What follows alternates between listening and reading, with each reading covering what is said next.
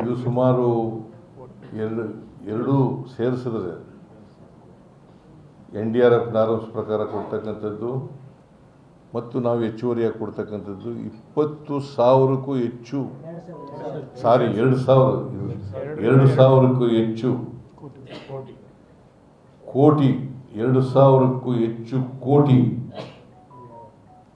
2,000ಕ್ಕೂ ಹೆಚ್ಚು ಕೋಟಿ ರೂಪಾಯಿಗಳನ್ನು ರೈತರಿಗೆ ಕೊಡ್ತಾ ಇದ್ದೀವಿ ಇಡೀ ರಾಜ್ಯದಲ್ಲಿ. ರಾಜ್ಯ ಸರ್ಕಾರದ್ದು ಅಲ್ಲ, 20,000 ಕೋಟಿನೂ ರಾಜ್ಯ ಸರ್ಕಾರದ್ದಲ್ಲ. NDRF ನಾರ್ಮ್ಸ್ ಪ್ರಕಾರ ಪ್ಲಸ್ ಹೆಚ್ಚುವರಿಯಾಗಿ ರಾಜ್ಯ ಸರ್ಕಾರ ಕೊಡೋದು. ಹೌದಪ್ಪ, 8,500 ರೂಪಾಯಿ ಕೊಡ್ತೀವಿ. ಎಲ್ಲ ಸೇರಿ 2ರಿಂದ 2,500 ಈಗ 2,000 crores ಅಪ್ರಾಕ್ಸಿಮೇಟ್ಲಿ ಆಗುತ್ತೆ ಸ್ಟೇಟ್ ಗೌರ್ಮೆಂಟ್. ಸುಮಾರು 2,000 ಕೋಟಿ ಆಗ್ಬೋದು, ಅದಕ್ಕಿಂತ ಹೆಚ್ಚು ಆಗ್ಬೋದು. ಆಮೇಲೆ ಈ ಮೂಲಭೂತ ಸೌಕರ್ಯಗಳಿದಾವಲ್ಲ, ಇದೆಲ್ಲ ಅಸೆಸ್ ಮಾಡಿದ ಮೇಲೆ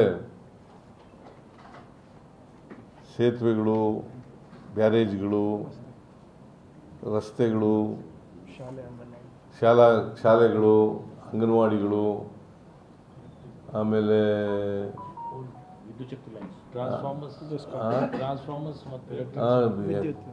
ಟ್ರಾನ್ಸ್ಫಾರ್ಮರ್ಸು, ಕಂಬಗಳು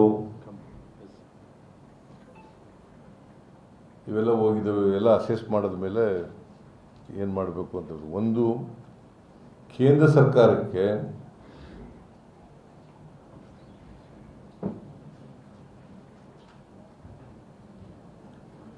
ನೀವು ಕೂಡ ಪರಿಹಾರ ಕೊಡಬೇಕು ಅಂತೇಳಿ ಒತ್ತಾಯ ಮಾಡ್ತಕ್ಕಂಥ ಒಂದು ಮೆಮೊರಾಂಡಮನ್ನು ಸರ್ಕಾರಕ್ಕೆ ಸಲ್ಲಿಸ್ತೀವಿ.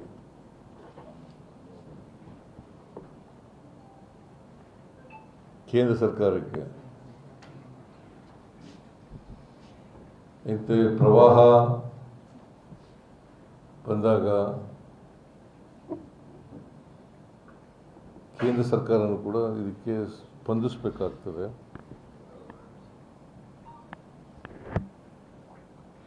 ಸೊ ಕೇಂದ್ರ ಸರ್ಕಾರಕ್ಕೂ ಕೂಡ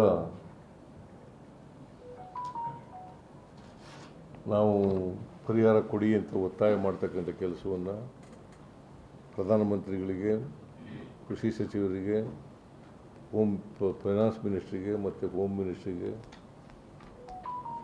ಇವ್ರಿಗೆ ಒತ್ತಾಯ ಮಾಡ್ತಕ್ಕಂಥ ಕೆಲಸವನ್ನು ಮಾಡ್ತೀವಿ.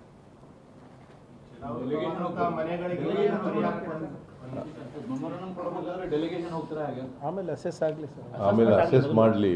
ಡೆಲಿಗೇಷನ್ನ ಹೋಗ್ಬೇಕು, ಯಾವ ಡೆಲಿಗೇಷನ್ನೇ ಹೋಗ್ತೀವಿ, ಅಸೆಸ್ ಮಾಡಲಿ.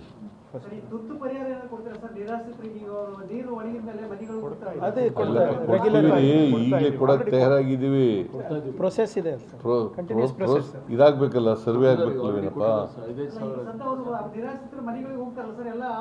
ಸ್ನೇಹಿತರೆ, ಈಗ ಮನೆಗಳಿಗೆ ನೀರು ನುಗ್ಗಿದ್ದಲ್ಲಿ 5,000 ರೂಪಾಯಿ ಕೊಡೋದಕ್ಕೆ ಆಲ್ರೆಡಿ ಕೊಡ್ತಾ ಇದ್ದೇವೆ. ಅದರಲ್ಲಿ ಮನೆಯಲ್ಲಿ ಸಣ್ಣ ಪುಟ್ಟ ಡ್ಯಾಮೇಜ್ ಆಗಿದ್ರೆ ಆ 5,000 ಜೊತೆಗೆ ಇನ್ನು 6,500 ಸೇರಿಸಿ ಕೊಡ್ಲಿಕ್ಕೆ ಅವಕಾಶ ಇದೆ.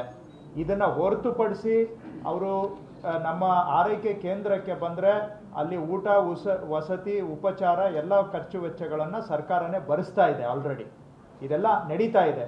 5,000 ರೂಪಾಯಿ ಪೇಮೆಂಟು ನಡೀತಾ ಇದೆ. ನಾನು ಯಾಗಲೇ ಹೇಳಿದೆ, 2,500 ರೂಪಾಯಿ ಕೊಟ್ಟಿದ್ದು, 2.5 ಕೋಟಿ ಕೊಟ್ಟಿದ್ದೀವಿ ಈಗಾಗಲೇ, ಇನ್ನೂ ಕೊಡ್ತೀವಿ.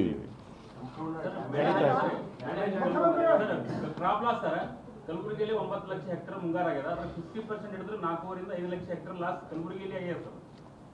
ಆಯ್ತಪ್ಪ, ಎಲ್ಲರೂ ಸರ್ವೆ ಮಾಡಲಿ, ಎಷ್ಟು ಬೆಳೆ ಹಾನಿ ಆಗಿದೆ ಅಷ್ಟಕ್ಕೂ